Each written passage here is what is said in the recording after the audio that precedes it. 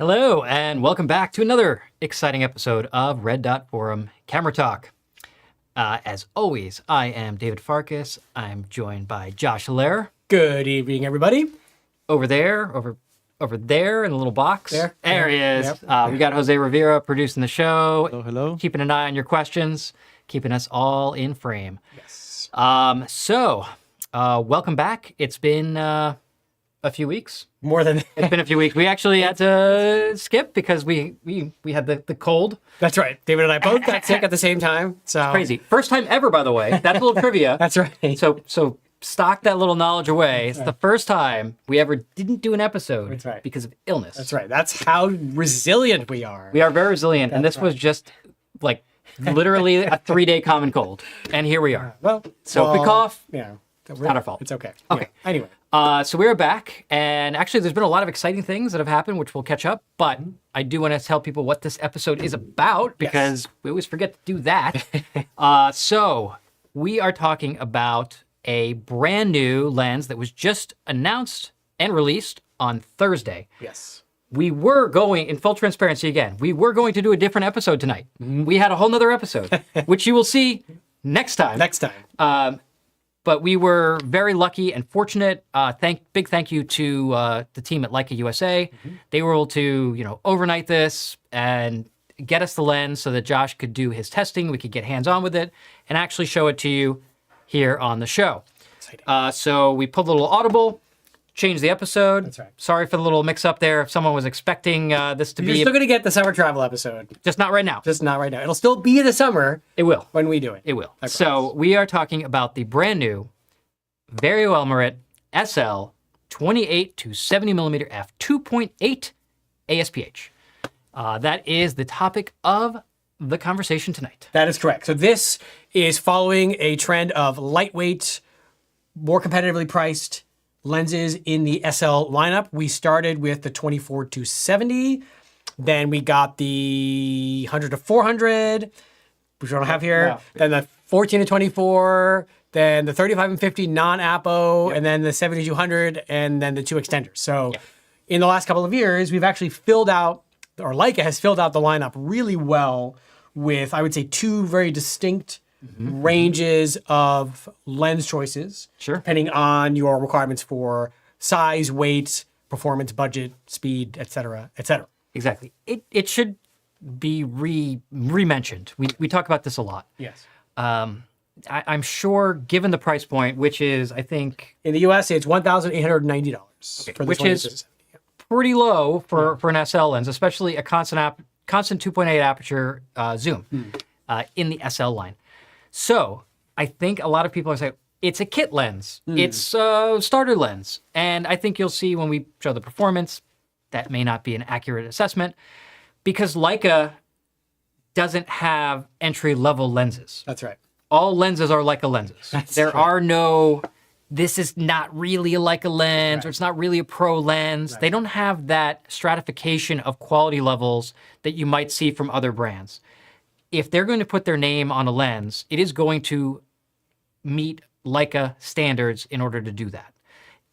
The lens, the 28-70, we have full metal construction, full weather and dust sealing, Aquadura coating on the front and back for water repellency. We've got a nice metal little pop-on shade there. We'll go over the physical features in a minute, but just on a high level, as we kind of figure out where this lens sits. And now, frankly, it is a little confusing because there are 3 zooms in the mid-range. Yes, it is a little confusing. And to be honest, since we just got our hands on this lens, I don't know if I have all the answers as to where it fits in the lineup. That will come with time as we explore what the lens can do. But what I can say is we now have 3 what I would call mid-range zooms. Yes. We have the 24-90, which came out in 2015, the 24-70, which came out in 2021, and now the 28-70, which came out 2 days ago. So you have 3 different options within the Leica L mount that Leica offers to choose from for a mid-range zoom. And these are L mount lenses, so they'll work on any L mount camera, whether that's one of the Leica SLs, CL or TL, or one of the other manufacturers who makes L mount cameras. So they're fully compatible across the entire L mount alliance, which is pretty cool. Yeah. And there's even some movie cameras and other things like that. Oh, really? Yeah. I mean, it's growing rapidly. Yeah, which is kind of awesome. So, it's been fascinating to watch the growth of this system because as you and I both remember, back in 2015 when the SL Type 601 came out, we just had that. This was it. And then we got a 90-280, and then we got a 50 Silux, and very slowly the system populated. It was slow. And now we're 10 years later, which is relatively young in terms of a camera system, and we have an extremely comprehensive lineup. I can't even give you a number off the top of my head. There's a lot. I don't know. I'd have to count them all. There's like 15. I don't know. It's something like that. I don't know. There's a lot. We initially were like, oh, we should do one on all the L-mount lenses or whatever, and we're like, wait a minute. There's so many. Like 3 episodes. We actually didn't bring all the L-mount lenses on this. No, this is just some of them. So there are a lot. Even just doing an episode on zooms was too much. We were like, we have to narrow it down. So in conjunction with the fact that this lens just came out 2 days ago. Yeah, we didn't have a lot of time. And again, a shout out again to Leica, Nathan and Rob and Keith and Joe and everyone else there who got us this lens overnight. Just released. We haven't even gotten our first delivery yet of like lenses for sale. So this is super, super cool. I think for me, and I think for both of us, what makes this particular lens so compelling is the size. And I kind of want to cover that for a little bit. Yeah, we should talk about the size and weight journey. Take us through. We're going to talk about sort of physical aspects here. Take us through the mid-range zoom, sort of from a handling perspective, if you could. I think I might do a little show and tell here too. Yeah, and this is important if you're new to the SL to understand kind of where things fall, where we started, where we're at now, and how these different things handle. So okay, so overhead. Let's go here. Hey, but with me, you want to see my face? Do we? I guess so. Yeah. Where do we have that view? Yes, we do. There. Hey, there I am. Okay. Nice. All right. So this is where we started our SL zoom journey. This is the 24-90, which is a phenomenal lens. It's a 2.8 to f4 variable aperture zoom, which does not mean it's a kit lens. Again, we got to make that caveat. It does extend, and you'll notice actually all of the mid-range zooms are variable extension because in order to keep them as compact as possible front to back, you need to have that. It's unlike a telephoto where you have internal zooming because the lens is already really long. Yeah. But for a standard or mid-range zoom, we want that to be as compact as possible. This is your walk-around lens. And this lens was the only one that was available natively in the SL lineup when the SL Type 601 was announced or released in October of 2015. Phenomenal lens. I still use it to this day. A lot of people do. It's a workhorse. It's a beast and very high performing. And something that I always liked about it is that unlike standard 24-70 normal range lenses, I like that this one went to 90. And that's going to come into play when we kind of talk about this comparison going forward. Yeah, I think that's really important to note is that what makes the 24-90 so unique in a sea of mid-range zooms is the fact that it goes to 90. Because very rarely do you have that kind of versatility. Exactly. But that's also the reason it's not a constant 2.8, because if it was, it would be even bigger than it already is. It's already pretty big. Yeah, this is E82, right? An 82 millimeter filter size, which is pretty large. It's big. Yeah, it's got some heft. Now, as the line does develop, but this is very heavy. In fact, you probably have the weight. This is 1,140 grams. That's a lot. That is more than a kilo. Yes, it is. It is. So this is for the US people, this is about 2.5 pounds. This is a heavy lens. It's got some heft to it. Okay, this is not light.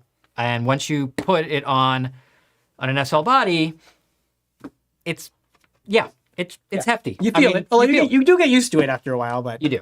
Okay. You do. Well, so what did we get next? But before we do that, yes, I do want to say, Leica received a lot of feedback and said, "Wow, I don't know if I want to carry around a 5 or 6 pound camera kit. Do you have anything lighter and smaller?" So what they did is they came out with these. This is I could just get a quick shot. We don't need to dwell on it, but this is an Apo Summicron SL. This happens to be the 21, but if you know about the Apo Summicron SLs, they're all this exact dimension. So the 21, the 28, 35, 50, 75, and 90, all f2, all exact same barrel dimensions. You'd only know the difference if you looked at the number, and they do have different front elements dimensions. So, but if you just look at it from Yeah. From the underside, the barrel size. Yeah. you'd never know the difference. And this is a 67 millimeter diameter, but this apparently was still too heavy. So, fast forward, and Leica came out with this, which is the 24-70 Vario-Elmarit f2.8 aspheric. Got a little reflection there. And you can just see on the body itself, and if I compare it to the 24-90, if I Just show them off the camera. I think. yeah, I'm going to take it off the camera. Okay. But I do want a back cap to make it all even Stevens here. All right, here we go. Okay. So if you just see these side by side, you can clearly see the 24-70 is much lighter. It does share the same filter diameter at ED2, but the lens is much more narrow through most of the body and only flares out to accept that filter. That was Leica trying to keep things the same. They probably could have made this lens a little narrower and still kept a perfectly functioning filter system on there. But it's convenient that it shares the same filter diameter as the 24-90, as well as the 16-35, the 90-280, etc. Yeah. But it's much lighter. So this one clocked in at 856 grams. So about 300 grams lighter than the 24-90. About a 25% weight reduction. Yeah. Which is significant, and you feel it. I mean, it's definitely a lot lighter. Yes. So this became the option versus that. We have an entire episode where we did the 24-70. How did they make it smaller and lighter? Well, it doesn't go to 90. It goes to 70. Yeah. They were able to keep a constant 2.8 aperture throughout. It also is lighter because it doesn't have the optical image stabilization that the 24-90 has. The 24-70 doesn't need it because when this lens came out, the 24-90, it was going on the original SL Type 601, which did not have in-body image stabilization. So they were depending only on lens-based optical stabilization. By the time the 24-70 came out, the SL2 was the mainline SL camera system. That came out in late 2019, and it featured, and still features, a very effective in-body image stabilization, sensor-based stabilization. So you can have smaller and lighter lenses without stabilization. However, if you are working on an original SL601, that's something to keep in mind. Sure. Because of the 3 mid-range zooms, only the 24-90 has integrated optical image stabilization. Exactly. So if you want stabilization and you're working on either an original SL, a TL or CL, or a different L mount camera that doesn't have sensor-based stabilization, that's something to remember. That is a consideration, for sure. Yes. Okay. But apparently 856 56 grams? grams, just too heavy. So Leica came out with These little guys. these little guys. Wow, this is a journey. Yeah. Okay. So this little guy here, they came out with two lenses, the 35 and the 50 non-Apo Summicrons. They're just called the Summicron SLs. And this is a feather. I mean, it is so light. When you pair this on the camera body, it almost feels like you have an M lens on here. Do you remember what this weighs, roughly? That is about 350 grams, if my memory serves. Very light. I can confirm that one. Yeah. And we've got a 67 millimeter front diameter, very compact.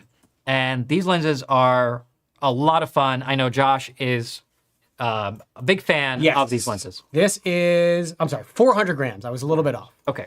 but still quite light. But you are a big fan of these. Yes, I love all of the lighter weight, more budgety L mount lenses, but I especially love the 35 and the 50 non-Apo because they render very much like M lenses, but give you all the perks of an SL lens. So like super fast autofocus, weather sealing, electronic aperture control, really high performance, consistent performance. So I find myself traveling with the 35 and or 50 non-Apo SL quite often. Also the fact that they weigh almost the same as an M lens. In fact, there's some M lenses that are even heavier. It's really convenient, especially on an SL3 or an SL3S. But even on a CL or an SL2, they're really nice. So now what? Now that brings us to Thursday. Thursday. Okay. Fast forward to Thursday, June 12th, 2025. And we now have an even lighter, smaller zoom option. So here we are. And I can feel the difference in my hand. So let's go to these. We should take the hood off so that they're the same. Well, I'm going. Well, okay. Of course. Okay. That's the next step. Okay. So you say, oh, but it's not that much smaller, right? But it does have the lens shade on here. So as we take that off, that is Look at that. much. Let me line them up to there. That is much smaller. It's basically It's like the 24 to 70 without the entire front lens on there. So this is much, much smaller. And this is a 67 millimeter front diameter, not the 82 that we have here for the other zooms. And I can just feel the weight difference in my hand. So we've got 850 odd grams here, and we have 400 and... we may have a streaming issue, but that the 20 to 70 is 572 grams. Oh, 570. So it's another 300 grams lighter. Another 300 grams. Are we, because we got to text on Julie. Are we coming through okay? Or not? We'll find out in 20 seconds. I don't know. I don't know either. But that's okay. Video looks good. Yeah. All right, we're gonna keep going. If like a bunch more people say there's a problem, we'll pause. But carrying on. Okay. So I think I want to mention as well, like I just have the specs here in front of me. Yeah. The 24 to 70 and 28 to 90 are the same diameter, 88 millimeters. Around. Where the 28 to 70 is considerably smaller. It's 73 millimeters. So it's 15 millimeters narrower, and it's also, compared to the 24 to 90, 36 millimeters shorter. Mm-hmm. So it's almost a third the weight and about 40% smaller than the 24 to 70. So it is extremely small, extremely compact, especially for a zoom lens, especially when you're used to the 24 to 90, it feels like a paperweight. Right. So I did a comparison with the 24 to 70 and the 28 to 70, or the 24 to 70 and the 28 to 70. So now let's look at the 24 to 90 versus the... Oh, yeah. Here we go. Now we're really getting somewhere. It looks like this could just fit inside of that. Like this is the 24 to 90 is like a 28 to 70 holder. It just goes right inside. But you could see so much more diminutive there in terms of the size. And of course, I mean, it's half the weight. It's less than half the weight. Yeah. Which is, it was just wild. So this is much, much, much, much smaller. Okay, so now we have an idea of the lens itself and kind of those dimensional specs. Right. What I do want to show before we go too much further is what they look like with the zoom extended. Yeah, and I want to show this too. We can talk about that. Yeah. Okay. So again, for size comparison, let's take a look at this. This is a Summicron an Apo Summicron SL. It doesn't matter which one. Mm-hmm. But as we compare, they are pretty much the same dimension. The 28 to 70 zoom and an Apo Summicron SL. So if you are familiar with the Apo Summicron SL, you already are familiar with the size and dimensions of the 28 to 70. Although, I'm going to say the 28 to 70 weighs less than this 21. Yeah, like a 50 Apo SL is 740 grams, 102 millimeters by 73 millimeters. So this is, actually, they're exactly the same dimensions, 102 by 73, but about 200 grams lighter, 170 grams lighter than the Apo SL. So that's significant. Because if you, like David is saying, if you're familiar with the way that the Apo SL lenses handle physically, this lens will feel at home, except it will feel considerably lighter, which is... I think really that's the ultimate, like, we're going to cover a lot about, like, why to choose this, why to choose that, with this or that. But really, to me, it's about the weight and the size. Yeah, for sure. I mean, that's one of the reasons that David and I will often go out with a kit that just has a couple of Apo primes. Because we're looking for the most minimal, lightweight kit.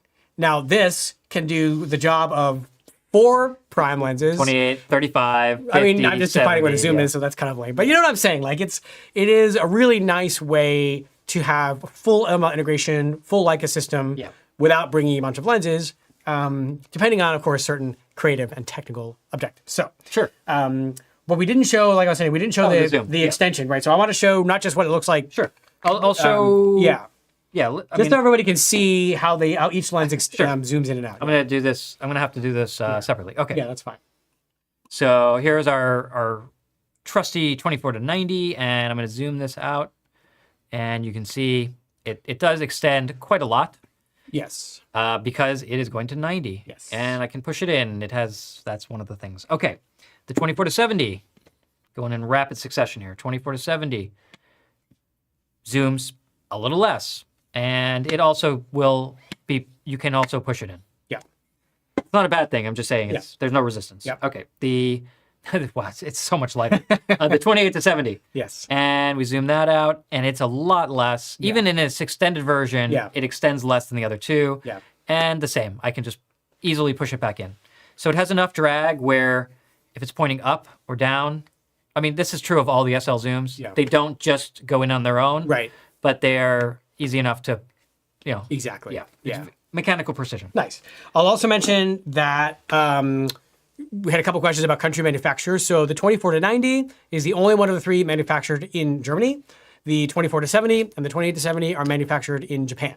So just sort of, that also probably explains the price point difference, because it is not inexpensive to make lenses in Wetzlar. That is for sure. So all three of these lenses do extend. I'll also note that the 24-90 turns a different direction zoom than the 28-70 and 24-70. Correct. So if you have a 24-90 and you're used to it and you get one of the other zooms, note that the zoom goes in a different direction. Having played with all three lenses over the last few days, I just get used to it. It doesn't really bother me. I've said this before, like some people, they get all up in arms about that, which is fair. But honestly, it takes me like 2 seconds to go like, oh, right, it goes this way. Like, Right. I don't know. It's not a big deal. Yeah. And it gets the job done. So It's job done. Wow, I kind of look at this beautiful little display that you have here. Well, they can't really, they just look a mess. I know. It just looks I promise you, from my perspective, it's like this beautiful little arc of lenses. arc de lens. Exactly. So this is the first time that we've really had three similar options.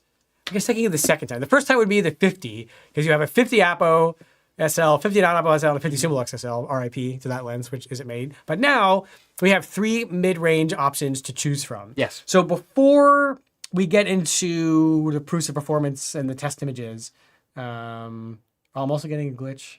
Come on, YouTube, do better. We're fine. It's fine on our end. Oh, well, yeah, I'm just, whatever.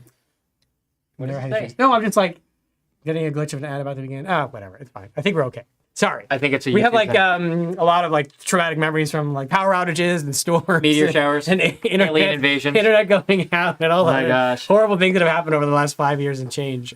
Anyway, so my question now, without getting into the proofs of performance, is let's talk a bit about how we would pick, I think, between some of these lenses just based on what we've covered. Yeah. And I just want to focus on handling characteristics maybe. Obviously you've shot a lot with the 24-90 for many, many, many years. And I don't know how much you've used the 24-70. I've used it a fair amount. A few times. Okay. And obviously neither of us have used the 28-70 beyond the last 24 hours because we just got it. And I have not taken it. I've barely taken it outside. I took it outside for like half an hour. Well, yesterday. I'm trying it on the camera here because that's the other thing. I keep showing it off, but Yeah. we should show it on the camera as well. Sure. I saw three. Yeah. Just the rough handling, and it's. Yeah. I mean, that feels great. It balances really nicely. The camera sits. Camera doesn't quite sit flat. Maybe with the hood on. Maybe with the hood on. try that, yeah. But it does wobble just a tiny bit. There we go. See? Okay. Yeah, that's it. Once you put the hood on, no wobble. Nice. Okay, so maybe that was on purpose. They put that little thing. Okay. Uh-huh. It's just one-handed handling. Oh, before we get into your Super question, nice. we should also talk about the other thing that's changed is Leica is in the process of redoing their packaging. If you've been buying any of the new stuff, I have it over here. You are aware of that. They're trying to be more environmentally conscious, to make the packaging lighter and eliminate plastic and just be Well, it's all recycled. be better. So what we have is for the 28-70 is in line with Leica's new packaging. They can't hear you when you're talking to them. I'm getting there. So this is the new style box. It's like a sort of Recycled cardboard. cardboard color. Yep. And then Cardboard. I don't know. And then so I'm just because it's so new. So you open it up, and then you've got inside this lovely little More box. This is like the official box, Yep. and it comes with this little like sort of sleeve on it that's got the name. It's got the serial number, all that stuff. So this comes out like so. This is not going to be an unboxing. I just want everyone to see. It's already unboxed. It's already The unboxed. lens is right here. And then you get the little tabby thing, and then this opens up. Very exciting. I mean, it's very, very different from all the other SL lenses. And I'm assuming that all SL lenses come There's another box inside? Oh, there's way more boxes. You get this little folio with... What happened to being eco-friendly? I know, right? It's all recycled, I'm sure. You get a the little notes card thingy and another thingy. I'm sure this varies slightly, in different markets too. So you don't get an instruction manual like you used to. Not that I don't... Why you would need that for a lens. Put lens on camera. Mount on camera. And then you get the little sort of cutout. The lens holder goes box, in. I yeah. don't know where the lens went. And then of course it comes with the hood, and it comes with just the last thing, a nice Pouch. like a Yeah. drawstring pouch. So you do get the pouch, you do get the hood, you do get the caps. The hood is metal. So when you get this lens, don't be like wondering what the heck is going on with this new packaging. This is Leica's new packaging. You'll see all the new products over time will be converted to this newer style. as they continue to manufacture them. So just thought I would introduce that to the crowd here. Do any of the hoods fit on the new Zoom? I don't know, but I don't have any of the other hoods with me. Well, however, here I'm going to try this. oh, the other way around. Guess what? It does. Yeah, so I assume they're, yeah. However, you probably want to avoid using a hood on a Zoom that's not designed for it because at certain focal lengths, but I will say the answer is yes. Any of the 67mm lenses, like the non-apochrons and the aposummicrons, so I guess all of the summicron primes, the lens shade from the 28-70 fits on all those. Yeah. Because they're all the same. Yeah.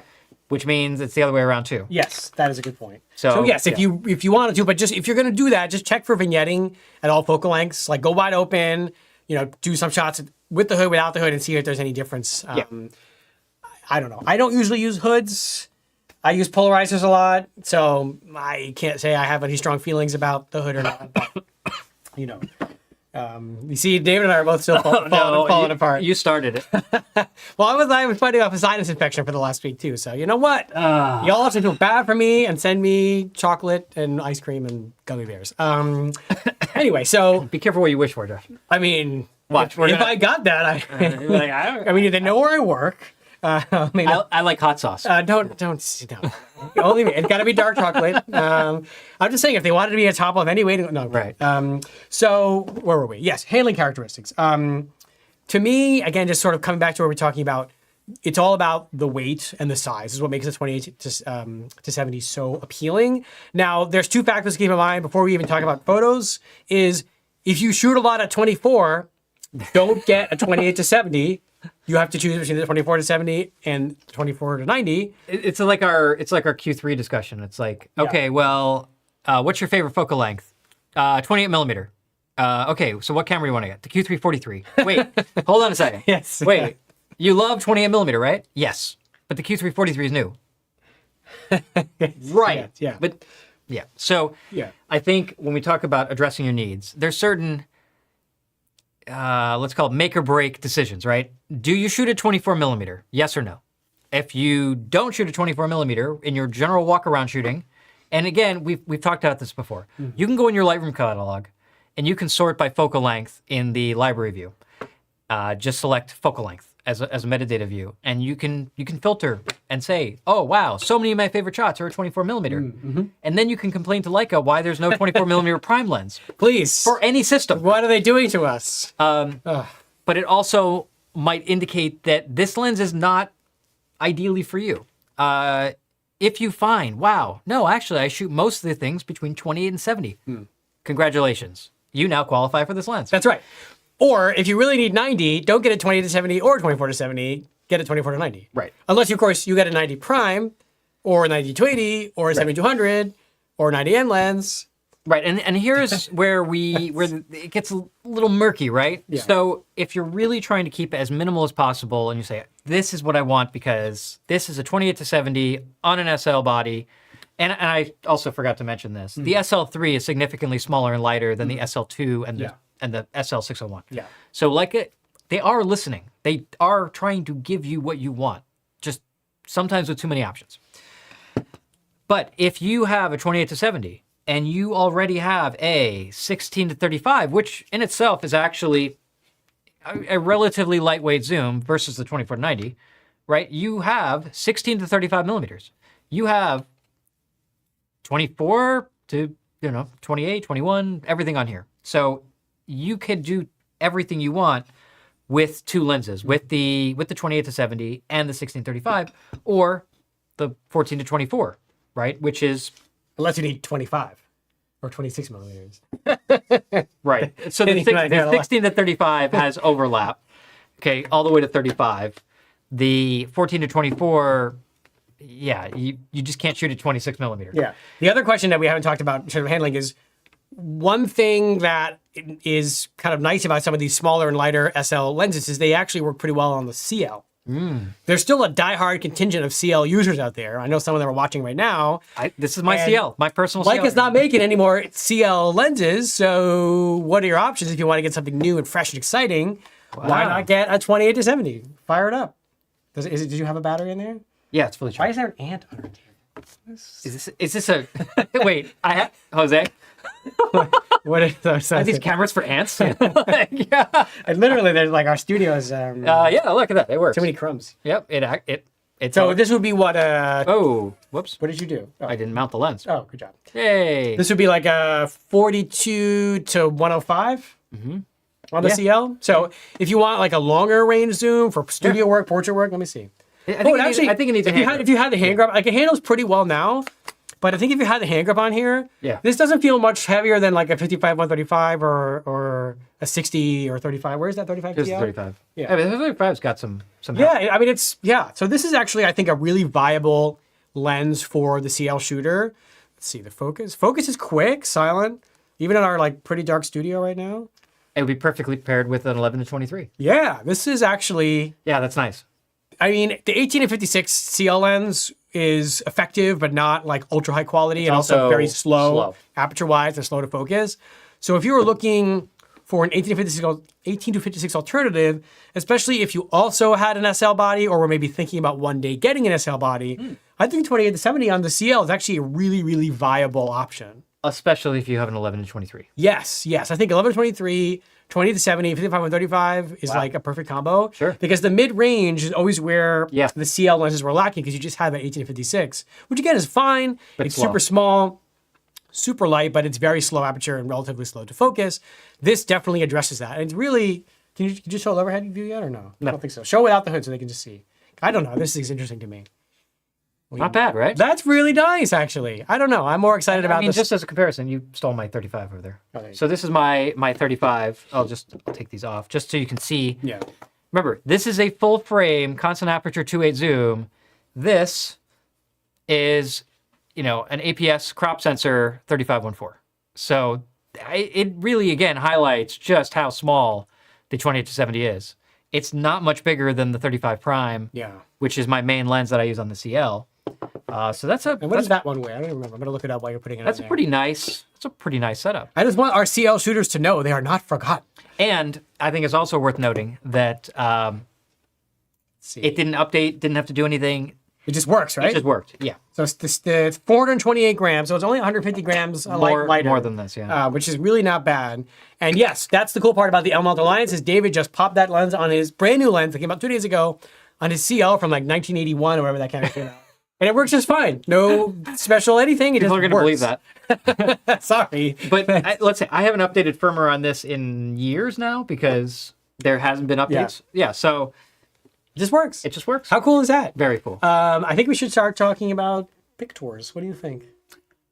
I think we need to also cover a couple of things, which is there. In addition to announcing the lens by itself, Leica also announced. Yes. And I don't know. It might just be in the U.S.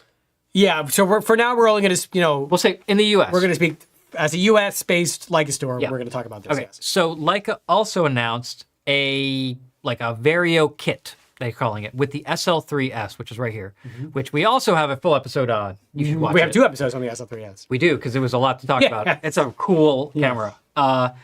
So the SL3S with the 28 to 70 as a kit, you can save about $1,000. I think it's over $1,000 in savings. Tell you. We should know this information. I know. It just came out like 2 days ago.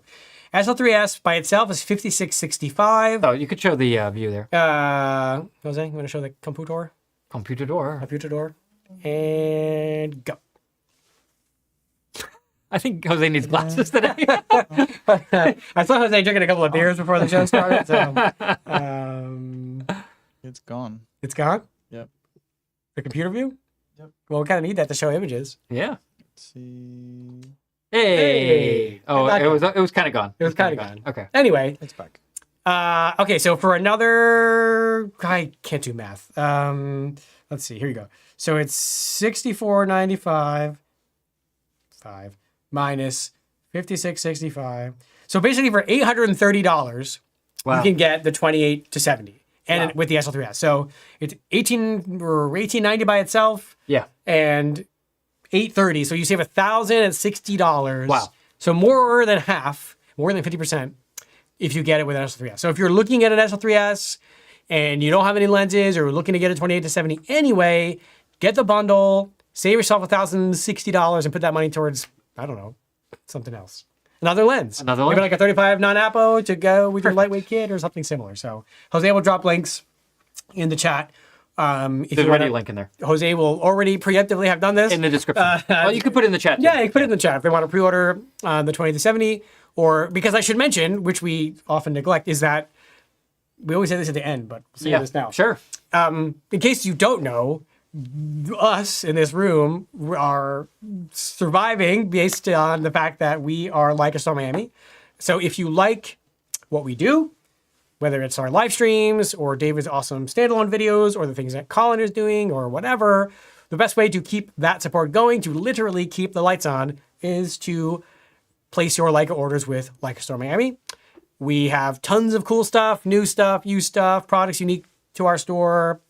You know, it gets all over the place. So if you're looking for something, whether you see it on our site or maybe we don't have it and you're just want to follow up with us, that's what we're here for. So I want to mention that because some people don't realize it. They think we're just two incredibly handsome gentlemen, three incredibly handsome gentlemen who are just hanging out in this very dingy, dark room. No, we just live here. we just We live have here. little cuts. Yeah. Right? You don't know that. We just wake up, we're like, live stream. You would think if we lived here, we would do more shows than once every 3 months. You would think. Yeah. Yes. Anyway, so thank you for everyone who's already pre-ordered the 28-70. I cannot wait to start getting them and start shipping them out, which we're obviously super excited about. Sure. Because that also means that we're going to start getting customer feedback, which we love to incorporate in future episodes because we want to know, what is everybody doing? Anyway, Okay. just getting back on topic here. So what did you want to talk about? So the kit. What Okay. else? Yes. Well, at that price, at $64.90. $64.95. Yeah, $64.95. Doesn't that come in at about the same price as the new Q3? Yes, in the think a Q3 is US, a 68. Q3 is $67.35. So it's actually $300 less Yeah. to get an SL3S and a 28-70 than it is to get a Q3. I mean, those are apples and oranges in a sense, but Well, well, what? That's I mean, way better. it is. Yeah. Okay, it is. But let's. Oh, You want to keep I'm running. Why do they like? What is happening? Well, you put those all over there, bro. I know they're all going this way. All the lenses are like attracted to that side. Here we go. Okay. So now, as Josh is saying, these is not apples to apples. But if we take a look overhead, it's still worth mentioning to say that you can get this camera for a little bit less than this camera, and they actually are very similar. They both have the flip out screens and all that. We've talked about the similarities between the Q system and the SL system and any system in general, especially these two though. Yeah. And here you have a 28-1.7. Here you have a 28-70 2.8. So I think it's still I think it's still a conversation that people will have, similar to when the CL was available with the kit. Right. And that was an option to say I could have a CL and an 1856, or I could have a Q, right? Right. So, Yes. And it was always that conversation of, well, is it worth the trade-off of a crop sensor interchangeable lens camera versus a full frame fixed lens camera? Now we have this a little bit closer conversation because we have a full frame fixed lens camera that's exceptionally good, especially for travel. It's compact, it's light. But now versus a full frame system camera with a very capable full range constant aperture 2.8 zoom. And I don't have the answer. I'm Well, the answer is it depends, obviously. obviously depends. But they're very different. But I predict that this is going to be a conversation that will be had, a question that people will struggle with. Maybe not most of our audience because you're already in the Leica ecosystem. Yeah. But I think, for a lot of people, the Q and the Q3 and the Q2 generation before it, et cetera, have been the entry point to getting into Leica. yeah. And, we always joke around, we call it the gateway drug, right? That people are like, oh, yeah, I'll just try it out. Yeah, just a taste. And it's like, oh my gosh, Leica, everything. And they have all the cameras. That's Right. it. I have everything now. But the Q is really what gets a lot of people started because it is a full-featured, full-frame body with an exceptionally good lens. But now if an SL3S, which is phenomenally good, as we have already tested, I mean, the autofocus, the speed, the low lightability are phenomenal. Yeah. The only real trade-off you have is in resolution, right? The resolution is the biggest one, and then of course macro functionality. And the size. Resolution size, and then if you really like the macro functionality on the Q, you're not going to get that with the 28 to 70 on the You SL. can get pretty close though. But not as close, not nearly as close as the Q. So, they're two really viable options, and we're able to have a conversation we never had before, which is actually putting an SL3S setup on the same level as a Q3 in terms of price point, entry point. Because it's always been so much more. Yeah, so now it really changes the conversation, and you have to start asking yourself some of these really hard questions, which is like, where am I going with my photography, and where physically do I want my camera to be? Do I want something larger with more flexibility, maybe more speed, or do I want something a little bit smaller or fair-ish, a bit smaller? Sure. With a totally different sensor and a different lens functionality. So I think this is going to be really interesting to see where these conversations go in the Leica store and with everybody, to see how we logic through that. Yep. And these are questions you'll have to ask yourself if you don't have either of these cameras, and you have, let's say, a $6,000 to $7,000 budget. Where are you going to go? Obviously the SL system has almost infinite growth potential. Sure. The Q is kind of a self-contained unit, so it is what it is. But fantastic. It's one of the best travel cameras, if not the best travel cameras on the planet. Sure. For size versus performance and speed. So I don't know.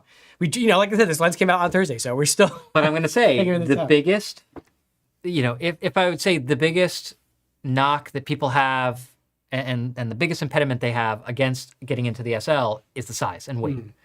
I'd say the biggest impediment on the Q3 is having a fixed 28mm lens. Yeah. Now, that's been addressed a little bit with the Q3-43, but now you're carrying two cameras. Right. Which sort of negates the size advantage a little bit. I mean, I now carry both cameras for some travel stuff, and it's awesome to have that. But now I got to take a look, because that's a lot more expensive to have a Q3 and a Q3-43. Yeah, I think $15,000 almost. Right, there. than to have an SL. I have a feeling your next trip is going to be an SL3 and a 28 to 70. Because very possible. Because of how small that is. I mean, you can put that in a small little bag and just go out with that. Yeah. You could do your portraits at your 70 like that you do when you travel, and you could do your street pictures of bicycles. Bicycles indoors? Indoors, I forgot all the Farkas essentials. That's right. And leaf. And you got to have when like is a your green next leaf. workshop? Well, I mean, we're going to Germany, so we got to figure out cameras for that. When? Oh yeah, in like 10 days, 9 days, 9 days. So we should mention that. So we are on our way to the land of magical Leica-ness in Wetzlar, Germany, for their 100 years of Leica celebration. We are super excited about that. I'm sure some of you watching will be there. So if you are going to be there, please come up and say hello to us as we are hanging out, drinking espressos at the Lights Cafe. Yes. We will be there June 24th-ish through the 28th, which is that. Correct. You're leaving the 27th, yeah. That week. So we look forward to seeing everybody. We look forward to looking at the cool cameras you're going to bring, talking about Leica, just geeking out in general. So hopefully we'll see you there. You were just in New York, right? I mean, not just, but yeah, I went sort of just in New York. Yeah, I was sort of just in New York a few weeks ago. I went up to the 100-year celebration in the meatpacking district that was hosted by Leica USA, and the team there did an awesome job. That was a blowout event. Yeah. I mean, I think there was only like 2,000 to 3,000 people that showed up for this, which was amazing. Yeah. I mean, they basically took over the entire neighborhood. You've probably seen videos online, and they had pop-ups in various locations with gallery shows. They had some really cool items from the Leica auction, some rare pieces, some super rare Leica Leica 1 rather. Some really cool pieces, which actually they're going to have in Germany that we will see again, which is going to be really exciting. Well, the auction itself is that Friday the 27th, right. So we're going to go to the preview. If you're at the preview and you want to like hang out with me and nerd out about stuff, you'll see me in my most like dorky, geeky. You think I'm out on the show? Wait till I'm at an auction preview, surrounded by like insanely cool, rare vintage pieces. So I'm really looking forward to that. So we're leaving. Is it next week already? It's 9 days. I live in 9 days. You live in 8. Okay, 10 I live in 10 days. Yeah, so it's like a week and a half. So we're obviously really, really excited about that. Yeah. So you're going to bring us 28 to 70? I don't know. We're going to see. If you don't bring it, I may bring it. I know. One of us is going to bring it. I don't know. We'll see. I definitely want to shoot SL. Sure. And I'll go to the Nürburgring after that. Right, so right. That could be a really good lens for that. It could be, yeah. So we're looking forward to Germany. We're looking forward to seeing some familiar faces there, both at Leica as well as Leica community. Yes. Writ large. And let's show some pictures. And also, we went to Charleston. Oh, right. I forgot about that too. Right. It's been so long since we've been on the air. We're trying to like catch up. We want to make sure we shout out everybody. So yes, David and I did a live version of Red Dot Farm Camera Talk at the LSI Spring Shoot in Charleston, South Carolina. Yep. April. Yeah, for sure. At the end of April. It was not recorded or streamed, so if you were not there, you missed. I mean, absolutely. People were crying. There was hysterics. It was speaking in tongues. It was wild, actually. They were so moved by our presentation. And you talked about all the future products. I know. I actually had all the new prototypes. Right. M12, M13, Q5 monochrome reporter was there. And if you weren't there, you missed all of it. I didn't say it depends once. I just answered everyone's questions. I wasn't even a little bit sarcastic. It was a game changer. That is why you should both join the LSI, which is our favorite Leica organization on the planet, and go to the meetings, because usually one of us is always there, if not both of us. And then if you're really lucky, we'll do a live version of the show and we will bring tears. And a few weeks ago, actually, they had a meeting in Vienna. That's right. Which neither of us went to. We were not. Colin was there, but neither there. of us were there. So maybe next year. Hopefully, I'll be in Vienna later this year for the auction. So we shall see. I think you're doing a meeting in Montreal. Is that the next? Yeah. So the annual meeting this year is in Montreal at the end of October, 23rd to the 28th, or something like that. I will almost certainly be there for that. So I would look forward to seeing everyone as usual. We love the meetings. They're a lot of fun. Like I said, LSI is an incredible organization. If you are a Leica enthusiast, owner, user, and you are not a member of LSI, you owe it to yourself. What are you doing with yourself? Don't you want to hang out with people? I will not talk to you if you're not a member of LSI.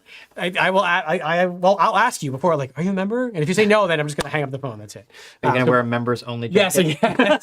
The LSI members only jacket. But seriously, like, we love them. They're an incredible organization. Yeah. It's a nonprofit. They do a lot of good. They do a lot of grants, a lot of programming. It's really one of the greatest Leica institutions on the planet. So please join if you are not a member already. Awesome. Anyway, I'm finally going to show some pictures, whether David lets me or not. Josh exaggerates. I was in Charleston. No, I've never once exaggerated, not even one time in my entire life. So I don't know what you're talking about. Okay, let us go to the computer. All right. So yes. So look at some samples, right? Jose, can you please? So I only had this lens for a little bit. We just got it, and it was a mad rush to do some testing. So I apologize if my testing isn't perfect. You know, I was at the store till like 11:30 at night on Friday trying to get this done. However, I did want to generate some images, generate some data, so we could sort of understand where these lenses sit. Now, I think my methodology was a little bit slapdash because of how much of a rush I was in, but I still think they're useful insights in here. So what I did was I shot the 24-90, 24-70, 28-70 at 28, 35, 50, and 70, wide open and at 5.6, just to give myself an understanding of corner sharpness, center sharpness, consistency across the frame. You can see I've got all my little test targets here. And just in general, how these lenses perform against each other. So you'll see as I flip through, you can always tell which one's wide open and which one's top down because their vignetting magically goes away. And the goal here is just to kind of get a sense informally, because this is far from scientific testing, of where these three lenses sit in terms of overall performance. So for example, this is a 35. So if I compare a 35 wide open, let's go to the 24-70 and the 28-70, just to give us, so you can see the metadata. I've tried to like repeat it a few times to the top, so it's really clear. This is wide open at 35. And I'll give you a secret. All these lenses are really, really, really good in the center, like exceptional. You may see minor differences on your monitor that could be just from contrast or slight changes in lighting or something. But the reality is center sharpness on all three is exceptional. And this is a real credit to modern lens design. Sure. I was talking to you about this the other day. The 24-90 is getting a little bit long in the tooth, relatively speaking. Not a bad thing, but that's just where it's at. That lens was introduced 2015, which means it was probably designed in like 2013. So now we're talking about lenses that are designed in the 2020s. And lens design has come a long way in the last 10 years. And it's been really interesting to see that even though the price points are getting lower and the accessibility is getting greater, the performance is not suffering proportionally, which is awesome. Because I don't want to have not sharp lenses in the lineup. So if you take a look at the center, we have 24-70 on the left, 28-90 on the right. Excuse me, 24-70 on the left, 28-70 on the right. Sorry, 24 to 70, 28 to 70. It's a lot of numbers, all right? But it's on screen. It's on screen. Yes. You can see center sharpness of both is pretty much the same. I don't see any like dramatic differences. And that's wide open. This is wide open at 2.8. Yeah, so let's go to the corners. Extreme corner, yeah. This is the extreme top left corner. 28 to 70 has a slight edge, pretty close. Although what's interesting is, even though the 28 to 70 is a little bit sharper, I'm getting better tonal separation on the 24 to 70. So if you start looking here, there's clear separation between these different color patches. So contrast. Yes, and also as well, if you look at the blooming, so what we're seeing here on the 28 to 70 being maybe less of an exotic design is that the highlights here are starting to kind of blow out over into the black. See how this should be a straight line on the right, and here on the left it's perfectly straight. The highlight's not bleeding. So that's an interesting difference between the 24 to 70 and the 28 to 70. Let's go to maybe the top right corner here. Here again, actually 28 to 70 is coming out a little bit ahead. Not much. It's pretty close. Let's see. Same down here, 28 to 70, a little bit ahead. So that's cool, you know, being a newer lens, being basically 5 years newer, 4 years newer, which makes sense. Let's see here. Same here on the corners. That's at 35. Let's take a look at... It's also easier to have a shorter zoom range. Oh, for sure. Yeah, When and you talk about that's an interesting thing to keep in mind as well. So let me just look at... Okay, so now we're at 50. Nope, wrong one. Sorry. There we go. Uncheck that. 28 to 70 on the right, 24 to 70 on the left. Let's take a look at how they do at 50. It's got a load. These are 60 megapixel files from the SL3, so cut them some slack here a little bit. I can hear the computer struggling. Come on, you got this. Hey, there we go. Very, very similar in the center. No surprises there. This is at 50. Here we see the 24 to 70 coming into its own. Right, it looks better. It's considerably sharper on the top right. Let's look at the left here. Very similar on the left, a little bit of an edge to the 24 to 70 again. And again, better contrast, better tonal rendition. Definitely as we get towards the corners, just easier to see the separation in the color chart. And then we'll probably see the same phenomenon here with the blooming. Not as bad, but yeah, definitely the 24 to 70 is handling that better. Yeah, it's crisper, yeah. Let's see. Big difference in the bottom left corner. 24 to 70 is winning, also with less distortion. Let's take a look at the right here. Same thing here on the right. I mean, overall, like 24 to 70 versus 28 to 70, they're very close. There's some scenarios where one is better than the other. I would say overall, 24 to 70, in my testing, was pulling out ahead, which makes sense. It's a little bit more of an exotic design. Let's take a look at 70 mils. Here and here. So this is the longest end of the zoom, where traditionally it should suffer the most in terms of relative performance within itself. So let's take a look and see what we got. And rendering. And rendering. Come on, you can do it. Believe in you. And go. Very, very, very similar. Very close. Let's look at a different corner.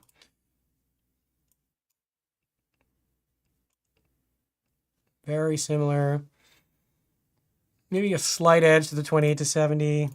Let's take a look here. Very similar. 28 to or 24 to 70, more contrast, more tonal separation. I mean, just look at the test target here on the left, like the gradation.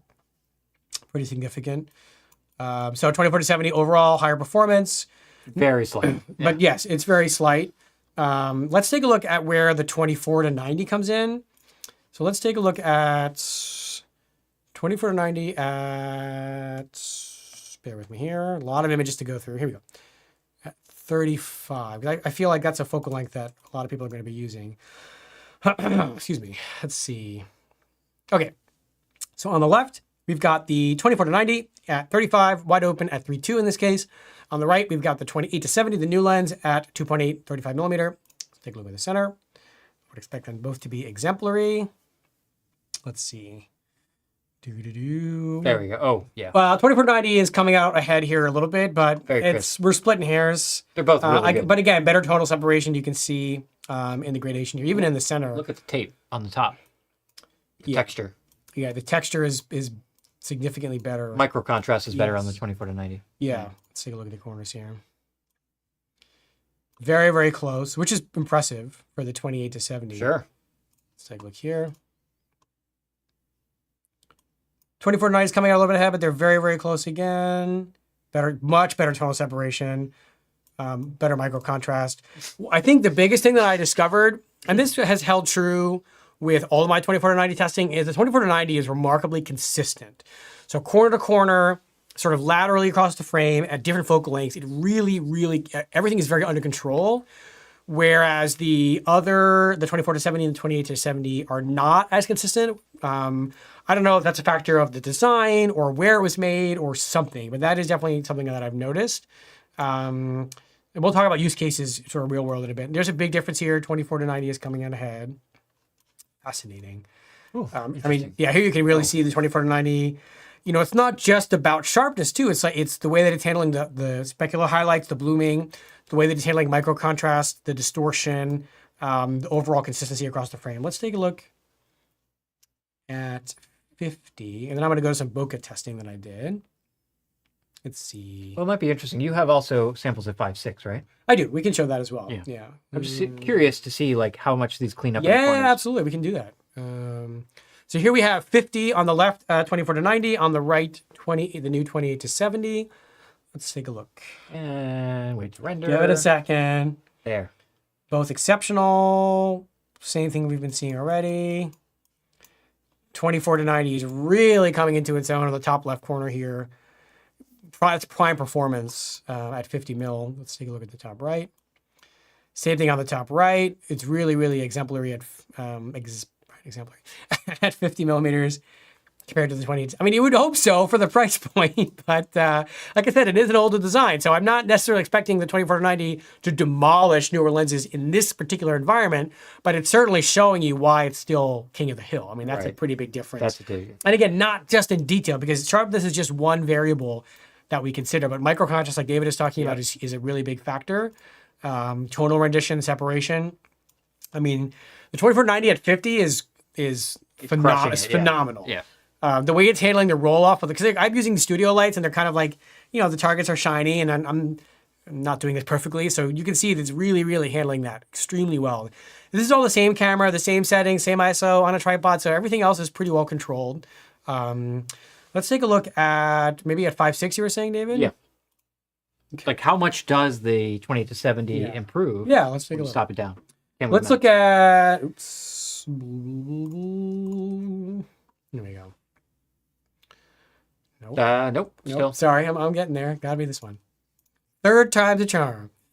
And yes, okay. So we have on the left 24 to 90, on the right the new 28 to 70, both at 28, both at 5.6. Let's take a look at the centers. Here we go. And render. ×2. This is the most fun you can have taking pictures is painters taped test targets to the Leica Store Miami bookshelf. Isn't that what everyone shoots though? I promise you I'm working on a better setup. So just, you know what? At least I don't charge you for this, all right? Still not rendered. What's going on? It's going. I can hear the computer struggling. Click it. Click it. I'm not going to click it. You did. I did. Come on. And wow. Come on. You can do it. It's your computer, bro. It's my old computer. I see. So how come I get the drag? How come I don't get the new fancy high-tech machine? Did it go? Let me let it render on its own first. Sorry. 60 megapixel file problems. All right, let's give it a second. Oh, there. Yeah. Yep, kind of force loading it here. Okay. Oh, that's much better. Okay, I think that should work better. This should be... Yay, they're both rendered. Look at that. Amazing. Okay. Center, superb on both. I bet you the 28 to 70 is actually the winner here. Well, they're pretty darn close. Pretty close. It's pretty... The 28 to 70 is impressive at 28, I have to say. It really is good. The 24 to 90 definitely, I think, is its weakest in the wider range. I think that's where the newer lenses really shine. Because I can see here, 20 to 70 is actually a little bit sharper in the top right corner than the 24 to 90, which is... But interestingly, the 24 to 90 has less vignetting. It does. Correct. Yeah, you can see it here. More consistent across the More consistent color and tone. Yeah. It's bright. Like, the image is brighter. Here, they're closer. Yeah. Still better tonal separation. Still better micro details. But the... let's see here. Yeah, this is just handling that highlight better. Yeah, I mean, a 28 to close. 70 Really at 5.6 is phenomenal. But again, I don't think 28 is the 24 to 90 strongest focal length. Let's take a look at 35 real quick. Yeah, I think that's going to be more. Yeah. Well, I don't know. I know you don't know. It's part of the fun. And then this and this and this. I think it's this one. I'm like counting how many shots. You have no idea how tedious this is, by the way. What I'm saying is feel bad for me, okay? What was it? What did I want? Dark chocolate gummy bears? Yeah. Yeah, that's enough. Ice cream cake, yes. I need, what's the Carvel one? Carvel. Yeah, there's like one Carvel. Just zoom in on the photos.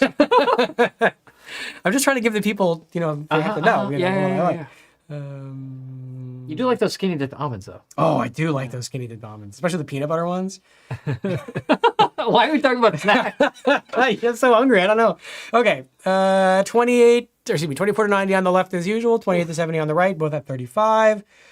Yeah, excellent. I mean, they're both amazingly sharp in the center. But again, I expect that at this point, so that does not surprise me. Wow, the 28 to 70 is considerably better than the 24 to 90 and 35. Interesting. That's fascinating. I should have tested the 35 Apple. I just ran out of time. Let's see. I don't think that's a fair comparison. No. Oh, but that corner. Now they're almost the same in Yeah. the top left corner. So maybe it's a little angled. Now almost the same. It's almost the same, yeah. Maybe that corner was off. It could be. I mean, I am using cardboard boxes and painter's tape.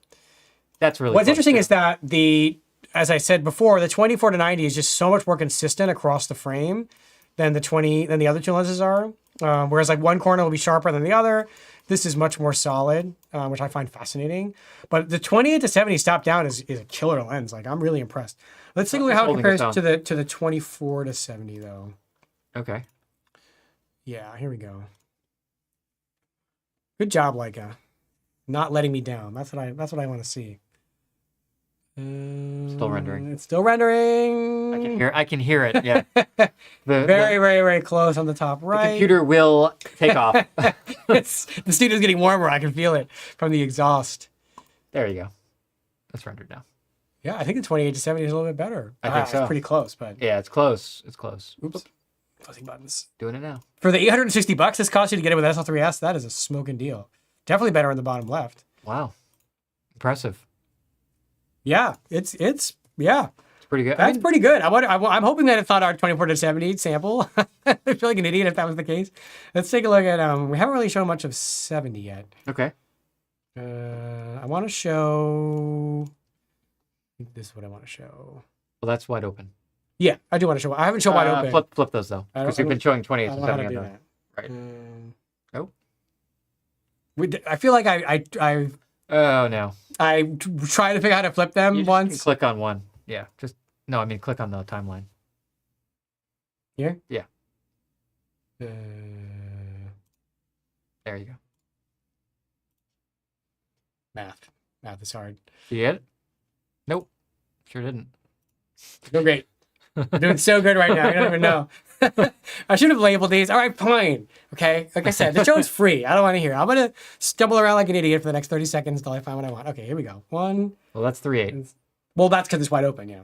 Okay. Okay. Finally. That's 5.6 though. That's part of my secret strategy this whole time. Okay, we got There you go. Okay.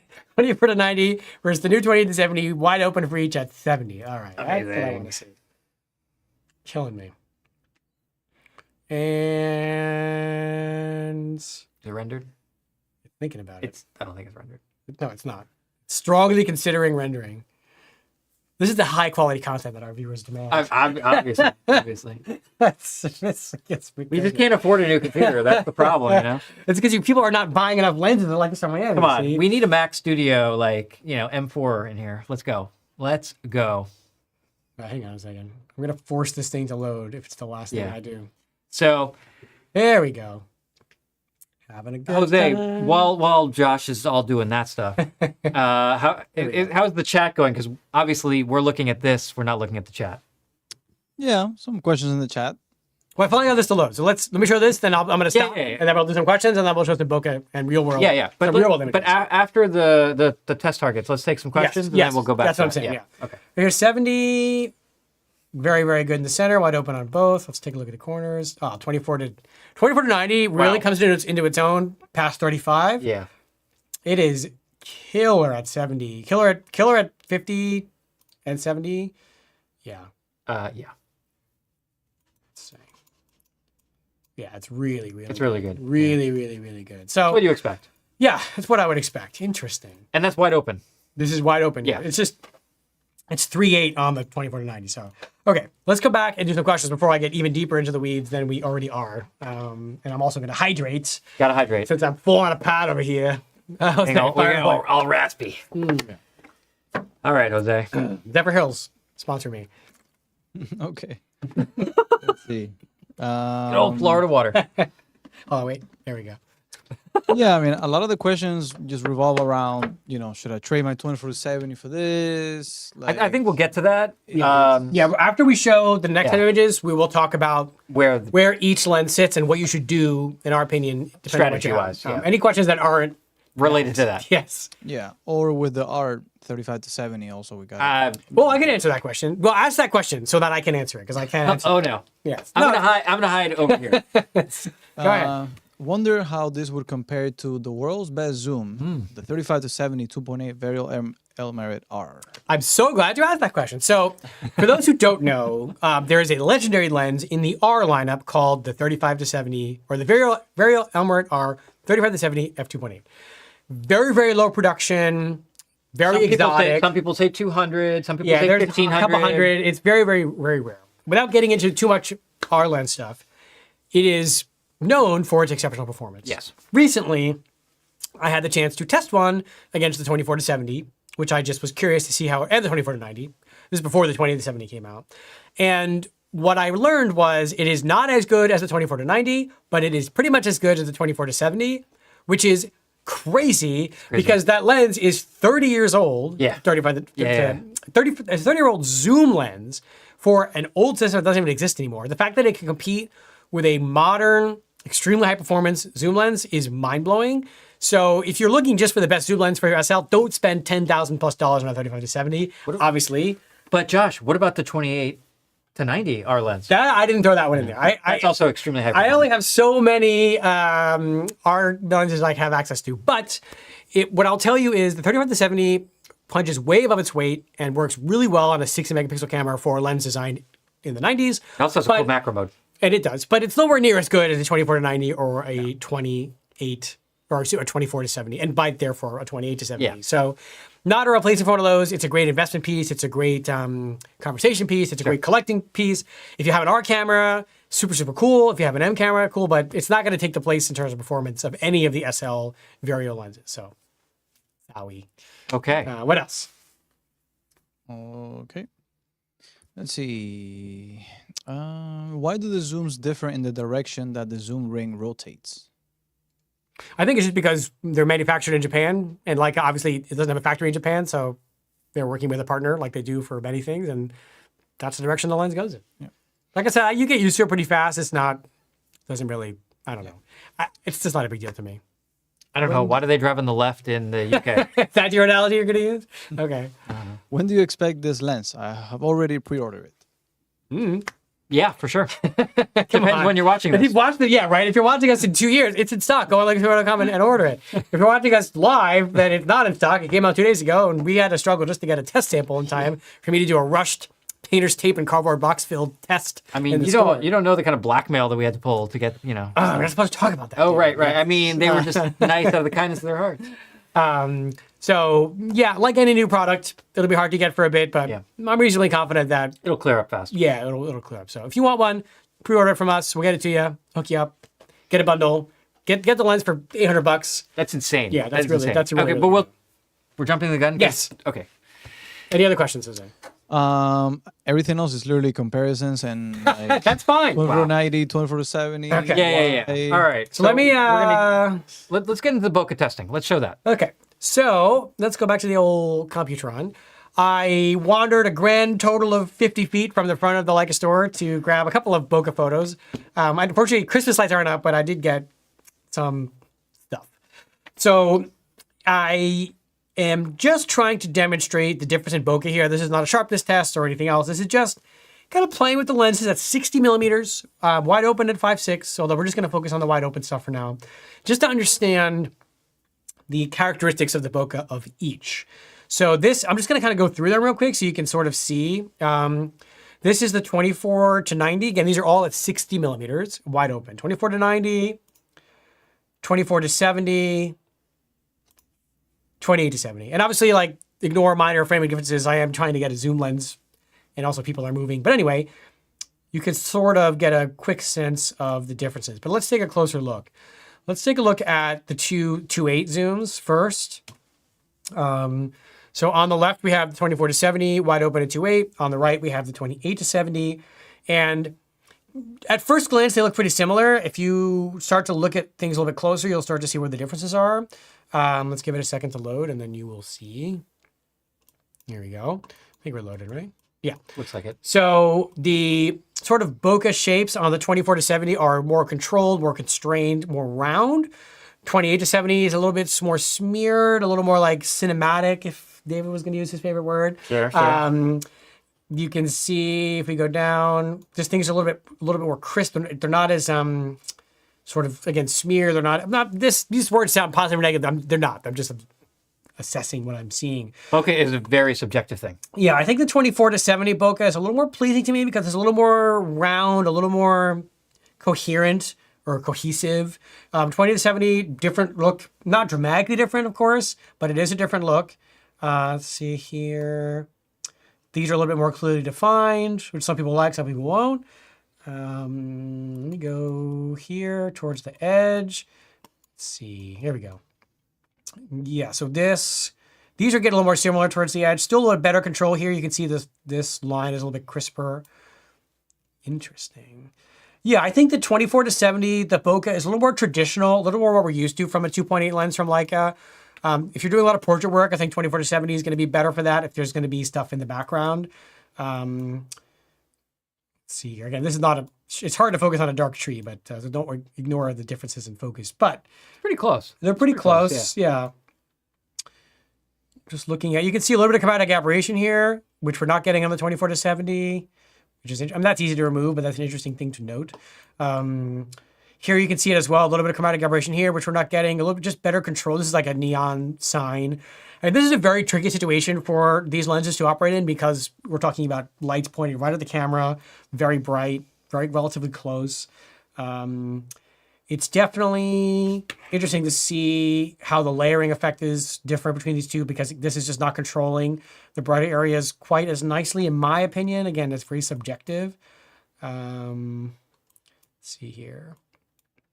It's a little bit smoother on the left. But again, not better or worse. I mean, everyone's going to have their own opinion on what they like better for bokeh. But I do want to take a look at how the 28 to 70 compares to the 24 to 90. Yep, you got it. Yeah, we got it. Okay. Now, obviously, the 24 to 90 at 60 is 3.7, not 2.8. So it's going to look very different. But it's very creamy, to use a word. It's very smooth. It's very controlled. It's very predictable, which is what we would expect from a lens like the 24 to 90, which is just extremely consistent, extremely predictable, extremely easy to work with. You can see just how tightly controlled these really, really tricky, bright areas are, especially the relationship to the sort of strings that they're attached to. Everything is just super clean, super tight, very pleasing, very not frenetic, not scattered. Again, doesn't mean it's better. It's always about what's you like, but I would say from a technical standpoint, the bokeh on the 24 to 90 is just really, really, really, really good. It's just so tight. It's handling the highlights really, really well. Colors aren't bleeding into each other as much. Let's see here. Obviously, there's less depth of field, or excuse me, more depth of field because you're shooting at basically a almost one-stop difference. But I do like just the way it's controlling the sharper edges. I like these both. I could argue for either. You know, I think, again, still portraits are going to be better with either of the 2.8 lenses over the 24 to 90, unless you really want to shoot at 90, which, of course, you can't do on either of the other Vario-Elmarit 2.8 lenses. But here's a great example. Like, look at how well it's controlling this light here. Super, super crisp, very clean lines, no chromatic aberration, no, like, color fringing. Things are, like, clearly, like, the layering is very, very clear, very defined. And on the right, You're getting some chromatic aberration. You're getting some bleeding. Some of the colors are kind of merging into each other. Again, not good or bad, but just, a sign of a more developed, more advanced, more sophisticated lens design on the left, which is what we would expect from a lens like the 24-90, which is a very complicated, very exotic lens for a zoom lens. So very, very interesting for me to see how these things compare. But, Bokeh is in the eye of the beholder. So we have a whole episode on Bokeh. Yeah, if you haven't seen it, you should watch it. It's all going to come down to what you like, but I think it's interesting to see how these two lenses compare. Let's go back again just one more time to the two I think that make the most sense to compare, which is 24-70 and 24-90. Let's see here. Yeah, I mean, I could argue for either. I'll admit, I like the 24-70 Bokeh a little bit better. Maybe because I'm just used to that lens and I've shot with it a lot more. I mean, I got to work with the 28-70 more. It's pretty close though. But there's just more. There's just more blending going on with the Bokeh of the 28-70 that we're not seeing on the other two. It's not dramatic, and we're obviously looking at magnified view and super controlled environment. But and that could work in your favor depending on your creative objectives and what the scene is that you're going to be involved in. But you can see here like what's happening with this super complicated scene here. Everything is just like crisp, controlled, manageable. Here on the right, it's kind of like things are falling into each other and there's color fringing on the sides and the shapes are really different and, makes sense just in terms of the lens design. So I would leave it up to you guys to decide which one you like better. And obviously, if you get the chance to test them, I would encourage you to do it. I also did a quick test in the store using my trusty Billingham bag. And I like this test because there are certain things you can see that you can't see outside. So we've got 24-90 versus 24-70 here. I mean, you can already tell just by quickly glancing at the images before they're zoomed in, the differences in the Bokeh were pretty dramatic. I'll take you right here, which is actually a light that I set up, a studio light, just to sort of see how these two lenses handle a very complicated situation. You can see just how tightly controlled this is, how clean the lines are. How color neutral it is. Yeah. Exactly. Thank you. Good observation. You're color neutral. And here it's like all kinds of things are going on, for better or for worse. But the way that it's handling the really, really tricky situations, the 24-90 is extremely impressive. If we go here to the TV screen logo, super, super controlled. The circle's still round. Things are just, being managed really well. On the 28-70, totally different experience. I think this can be pleasing in certain environments for sure. Let's go over here. Oops, come on. There we go. You can see this is a reflection of a different studio light in the plastic shelving. Just look at how well the 24-90 Bokeh is managing that reflection, really, really clear and crisp, and versus the 28-70, where it's just kind of like all over the place. Really, really, really interesting to see that. Things are just more clear. It's weird to use the word clear and Bokeh in the same sentence, but I think if you were looking at what I'm looking at, you see what I'm talking about. If we go down here, we can see, again, just things are really crisp, but I actually like 28-70 in this shot. I want to see 24-70. Oops. Stand by, please. There we go. Okay. 28-70 on the left now, just to mix it up a little bit. Let's take a look up here. Here, we can see, again, 24-70, softer edges, more controlled, less chromatic aberration. In fact, there's none. Let's go to the studio light. Just clicking like a madman here. Let me zoom out. There we are. All right, so 28-70 on the left. The 24-70 is also doing a really good job. It's still a little bit smeary, not quite as crisp as the 24-90, but definitely clearer than the 28-70. See, like, this is interesting. There's just like a fluffiness to the 24-70 Bokeh that I like. I'm using all these ridiculous words, but They're totally scientific. Yes, I don't know. It's hard to explain. And again, it's in the eye of the beholder. Ignore the fact that my focus point shifted slightly. It's not irrelevant here. Just soft and pleasing. And the 24-70, and I've talked about this before, has really, really, really nice Bokeh. I think of the three, it's my favorite, especially for portraits. And I've done some portrait work with the 24-70 before. Interesting. We're not talking about dramatic differences, but we are Leica people, so minor differences are like the currency that us Leica nerds trade in. You want to come back to us, Jose? Yeah, I think that's as much as I'll show. I don't want to cool. get like too into the weeds with Sure. my million test images. But I think now that we've seen images and I've talked a whole bunch, we're ready to kind of address what to do. Yes. So I will ask you some different scenarios. And if you don't mind, I'd like you to kind of talk us go. through them. Let's go. So I have a 24-90. Congratulations. Thank you. What should I do? Should I get rid of it and get one of these bad boys or what? Well, What are the things I should consider? it depends. What are the things I should consider? is the weight. And are you considering the 28 to 70? Are we doing an interview here? Sure. Are you considering the 28 to 70 because you have a problem with the weight and size of the 24 to 90? I have noticed that lens gets a little tiring when I'm like walking around the city. Yeah. It does get, and I like it. I like the performance. Sure. Not that I know what the other lenses can do other than Right. watching the show, but I want something. I do a lot of travel. I travel, but I don't want to use a cube because I want the flexibility of a zoom. Okay. What do I do? Do you ever shoot on a tripod or you always shoot handheld? I'm a handheld guy, which is Handheld only? why I'm leaning towards something lighter than the 24-90. Then maybe the 28 to 70 would be a good choice for you. But gotta ask, how often do you shoot at 24 and 90? I really like the wider side. Yeah. Although I think I could live without 24. Okay. I just want to make sure that I'm not giving up weather sealing, autofocus, Sure. and full lens recognition, full lens control. So I don't want to go with an M lens Right. for that reason. I want to stay full frame. I don't want to go with the CL lens. Sounds like a 28 to 70 could be the move for you All right. because Now- keep it nice and light. yeah. If you're willing to trade off that 24 millimeter flexibility and you're okay with 28, not a bad way to go. What I'll say is if you had asked me if I had portraits planned, that would have changed the answer because I still think the 24 to 70 is the best lens for portraits of the Interesting. three. Okay. Even though the 24 to 90 has 90, which is technically better for or more pleasing for portraits, having done a fair amount of portrait work with the 24 to 70, like environmental portrait work, Sure. I still think that's the best at. I love the way it performs. I love the corner softness. Okay. The vignetting, that a little bit of vignetting wide open, like that lens has spoken to me, David. Here you go. Got it for you. Thank you so much. If I had a 24 to 70, Yes. would it make sense for me to trade it and get the 28 to 70? I don't know in that case if it makes a lot of sense because, yeah, it's 300 grams lighter. Is that going to make it break it to you? I mean, personally, having used both, I would say I probably wouldn't trade it. I think if it depends on how much I like zooms.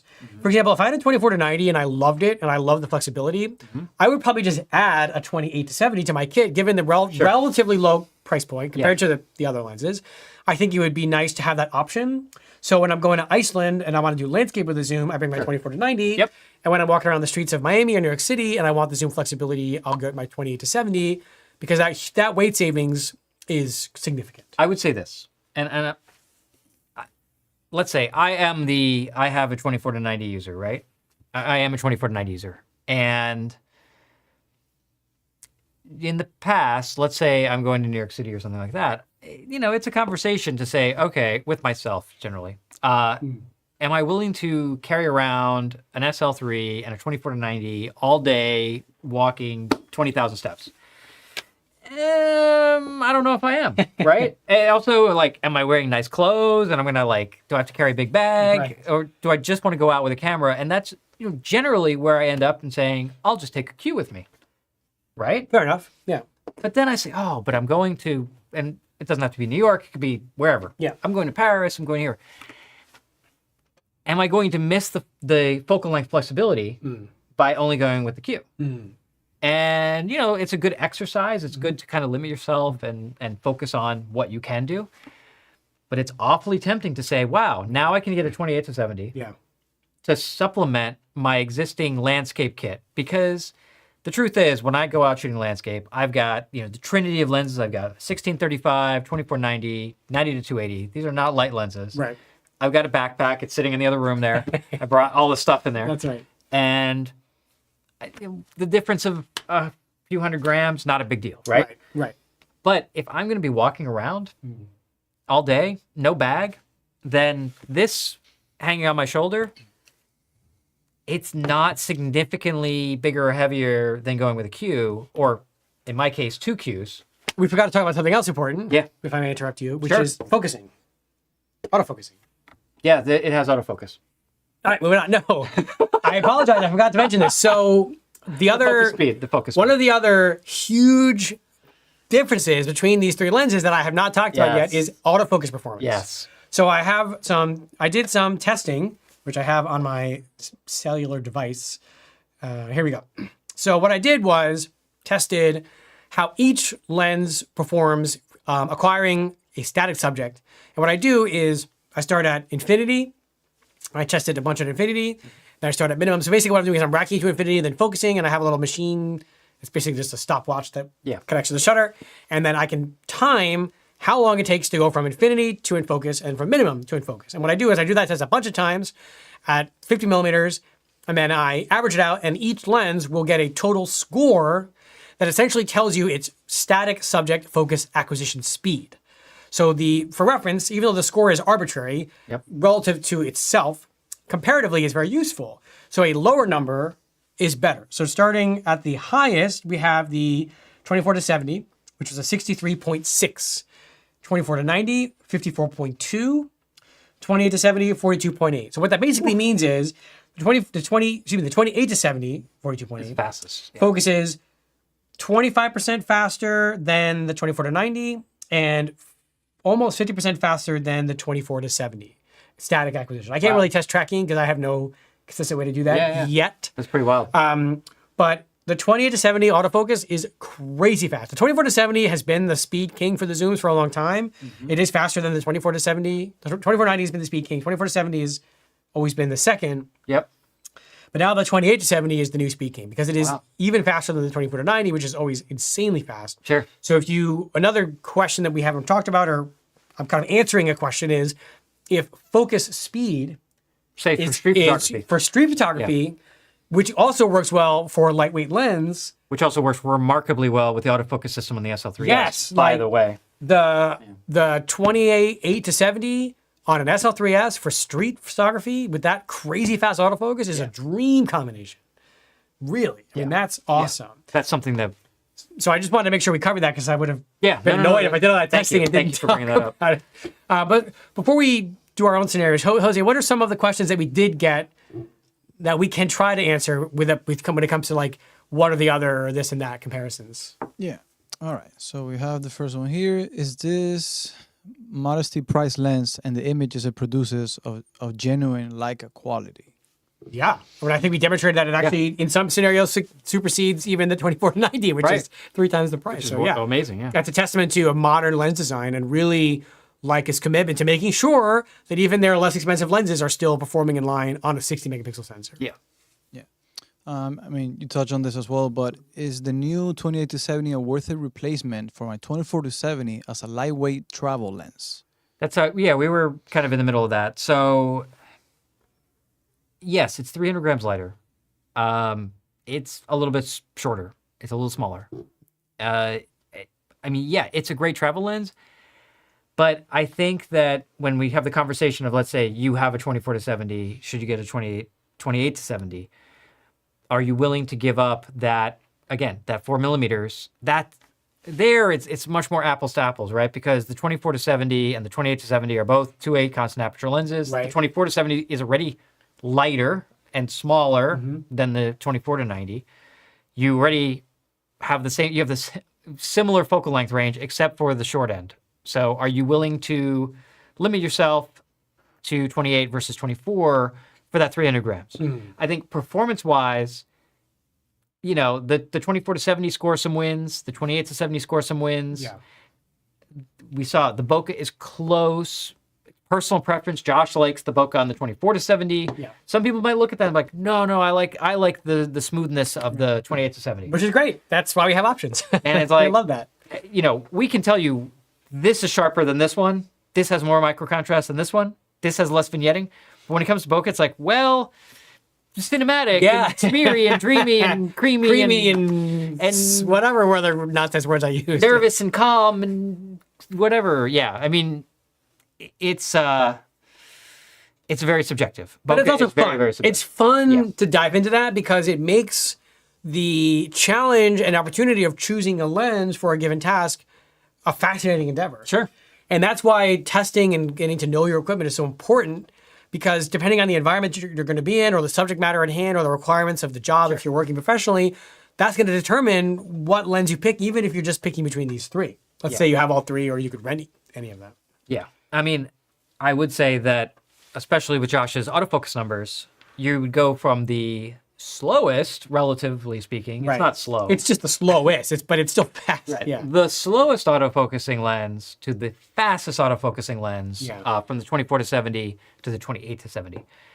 So if you do shoot a lot of street photography or you do event work, the 28-70 might be a worthwhile lateral move. Yeah, I think if I was an event photographer and I needed the flexibility of a zoom, especially if I was carrying a couple bodies with me, SL3S with the 28-70 is the speed king and the lightweight master as well. I would also say, given its size and its autofocus speed, I know this doesn't speak to most of our people out there, but if you're going to put this on a rig for video, the 28-70 probably is a better video lens because of the focus acquisition speed, its silent autofocus, and it's much more compact, which means you can balance it on a rig a whole lot easier. I want to know what Brandon thinks. Brandon's watching. He just had the SL on a rig. Yeah, but 3 days again, ago. we usually use these lenses, although he uses the Apo. Yeah, He uses the Apo, which is weighs more. So which weighs more, but it's the same dimensions. That's so, true. So I think for video, it has some applications, but Yeah. that's a whole nother ball of wax. Well, what other questions there before we? I just want to make sure that we can try our best to answer the things people have posed us, unless we got them all. I would say, I'm going to give one other, for instance, right? Because you did mention, I would keep my 24-90 and then just use the 28-70 for walk around. But the reality is also, and maybe I spoke a little too soon, because I have hiked up a number of mountains and hills and things with all those lenses in my bag, full of regret, questioning life choices with every step. And I got to say, it's not a bad thing, because like there's a saying in hiking that every ounce counts, and that, every ounce will feel like a pound or something like that, after so many miles. And it's true. I mean, the more you're carrying on your back, the heavier it is, straight up. So if you can carry a 28-70 and a 14-24, which are definitely smaller and lighter than the 28-90 or 24-90 and the 16-35, like that's these here. That's really not that bad. Yeah. I don't know. If I was going on a not just a landscape, I would kind of separate landscape photography into from like shoot from right. Drive up and shoot 100 versus feet from hike 2 miles and shoot. Right, Yeah. 100 feet from the car, and you leave your bag and you just go out and click, and you go back in. Versus you are trekking. Our colleague Colin, he hiked the entire Colorado Trail with an SL. Right. Well, he's crazy. So. But that's like 1,000 miles. Yes. So if you are really venturing out in the field and you really need to cut the weight down, and if you are doing that, you know what you need and you know how heavy it is or not heavy it is, this could be a great setup for that. I agree with that. And have a lot of flexibility. And let's so I'm gonna, because you're on it. I want to show this. That you work so hard. Oh yeah, go ahead. Because someone just asked about minimum focus. If you go on Red Dot Forum, the website, not the show that you're watching. Jose, can you pull up the screen machine, please? David has an article about the 20-70, which has a lot of good words. Yeah, there's lots of words. You can see it's right here. Let's click on that. There's words and pictures. It's words and pictures, but it's actually awesome. And if you scroll down, well, that's cool too. You'll see the lens diagram where all the things happen. All the things. There's a great comparison table of the 3 mid-range zooms, so you can understand things like weight, lens construction, minimum focus, reproduction ratio, filter size, and more. So the minimum distance of the 28-70 at the 28 position is 0.19 versus 0.18 on the 24-70, so a teeny little bit further. The 70mm distance is the same, and they're both focused quite a bit closer than the 24-90. So well, but remember, the 24-90 is at 90. You're at 90. I am at 90. Yeah, so you definitely get if you look at the magnification ratios, Yeah. they're pretty similar because because it's a 20 millimeter longer focal length, Yeah. it doesn't focus quite as close. Yeah. But anyway, if you want a quick snapshot of how these three lenses compare, go to Red Dot Forum. Yep. Look at the chart David made. It's great. And he also has some great insight there that he wrote about as well. So if you want to check that out, please do. And also there's links and MTF charts and all the graphs you could ever want. Love graphs. All right. Come back to us. Questions, Jose? That is it. That is it. That is it? All right, well, we're done. We have crushed it. Brandon right. says, I do use the Appos. I would love to use the 20-70 because of the size weight. He would love to use it. There you go. Too bad we have it. In fact, it's not even ours. We have to give it back on Monday. Sorry, Brandon. All right. You can use it if you come get it tonight. You can use it tomorrow. How many elements? We have that in the We have it, chart. Yeah, just send the link to the Red Dot Yeah, Forum. perfect. Yeah, you can see the whole lens design there. I'm really glad that Leica didn't just come out with the 24-90 and say, this is your mid-range zoom. That's it. You're never getting Call it a anything day. else. Yeah. The fact that we have now these three options, which have some strong similarities and some huge differences, is pretty special. I'm grateful that I have a 24-90 I can use because that lens is the standard bearer for a zoom lens across the entire... And it is now a 10-year-old design. Yeah, across the entire Leica back catalog, 35-70, Vario-Elmarit-SL, blah, blah, blah. 24-90 is the king. Yep. It's phenomenal. Yep. But just because it's the highest performance doesn't always mean it's right for the job in hand. Sure. Because there are situations, like you're talking about, where weight matters, where size, compactness, wieldability matters. And I'm really excited. I do think I'm going to try to take the 28-70 to Germany. One of us will bring it. One of us we can will, play with it. Yeah. Because I think for just going to the events we're going to be going to, it's going to be awesome to have that on SL3S. Sure. I mean, I'm going to want to do wrist shots for watches and camera shots for gears and pictures of us with our friends and everything. I think... We have friends? Well, we pay them, but it's fine. Yeah. Their checks have cleared. Don't worry, I made sure. But I think that was going to be perfect because you and I are going to be on our feet all day. Sure. We're going to be out and about. We're wearing probably blazers and nice clothes, and we don't want something big that's going to wrinkle us up. So Exactly. I think SL3S 28-70 is like the Vetzlar combo. It could be. It could be. And there, again, because we're not shooting landscapes, I mean, 28-70 is totally fine. Yeah. For normal photography. This is just like a Guys, van. you want to answer those couple of questions that came in there just to summarize the sharpness? Which is the sharpest? The 24-90 overall is the sharpest. 24-70 would be second. 28-70 would be third. Although There's swap some around, swapping yeah. in different focal lengths, but just in terms of overall consistency, 24-90 is still the sharpest. It's wide open. Which you would hope. Yeah. And then the 24 after that, to 7. 24-70. Yeah, 24-90, 24-70, 20-70. Again, these are overall assessments from shooting for hours and hours and hours. There's going to be situations where one may be better than the other, which is cool. But just overall, that's the order of sharpness. Of course, if you care about sharpness, you should get an SL Apo Prime and not a zoom lens. But because those lenses are I mean, if you've seen unstoppable. if you've seen the lens test of the Apo SL lenses, when we compare it against anything, at wide open, they're as sharp in the corners as they are in the center. There's no vignetting. There's nothing else like it. So if you're coming to me saying, Josh, my number one metric for my pictures is sharpness, if you're not answering that question with an SL Apo Summicron, then what are you doing? That sharpness isn't your main goal. Yeah. I'm just saying. What else? Can you share your test pictures? Can I share them? You just did. No, because the last time I did that, like 10 people asked me, and it's like gigabytes and gigabytes and gigabytes of images. I'll tell you what, come to the Leica store, buy a lens, and then as a reward, I will take you back into my office and I will show you the test images on my computer screen. But no, I don't share test images. I have offered them before, and it just becomes so complicated, and then people get mad at me because I forgot to share them. And then what I would encourage you to do, in all honesty, is test them yourself. Whether that's coming to see us when we have our demo, we strongly encourage you to bring a memory card and shoot around. And you want to set up a tripod and do some tests, please do it. Josh will send you some blue painter's tape. I have plenty of blue painter's tape. I'll show you where to buy those test targets. They're not expensive because ultimately, my testing and my experiences is for me. And yes, I can share that with you and give you my insight, but photography is very individual. And what you may see me say, well, I love the way this bokeh performs at 70, at 2.8 or whatever. You may say, I really like this other lens. And that's the fun part, is that through experimentation, testing, renting, borrowing, whatever, you can then educate yourself to know which tools are going to be best to make pictures that you like. That is, in theory, the objective here, to have pictures that you like. Yeah. At least I hope so. Yeah. I think also, just to kind of summarize, this conversation of I already have X, Y, and Z because so many people have these lenses because especially the 24 to 90. especially the 24-90 because it's the only lens you could have. Yeah. I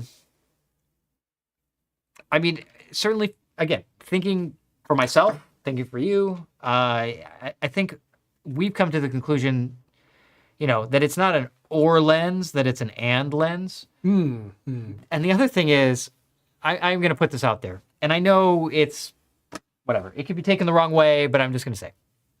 So let's say for myself, again, I'm saying this as myself, as someone who uses the SL3 as their primary camera, who uses the 24 to 90 as their primary lens.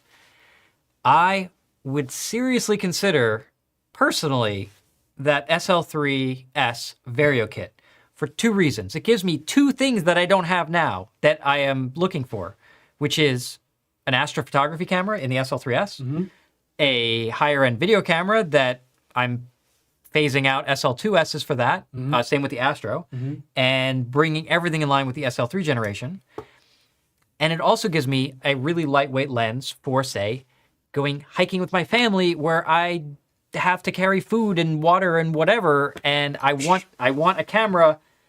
But I will say the 24 to 90, on a serious hike like that where you're carrying a lot of other stuff, really it's not the best. I have a question. So that and it's we like have to, it's something we have to address. Yeah. Let's say I have one of these lovely mid-range zoom lenses, and I'm focused on lighter weight. Yeah. And I have an SL3, and I want a longer lens, but I don't want one of these big zooms. Okay. What else can I get?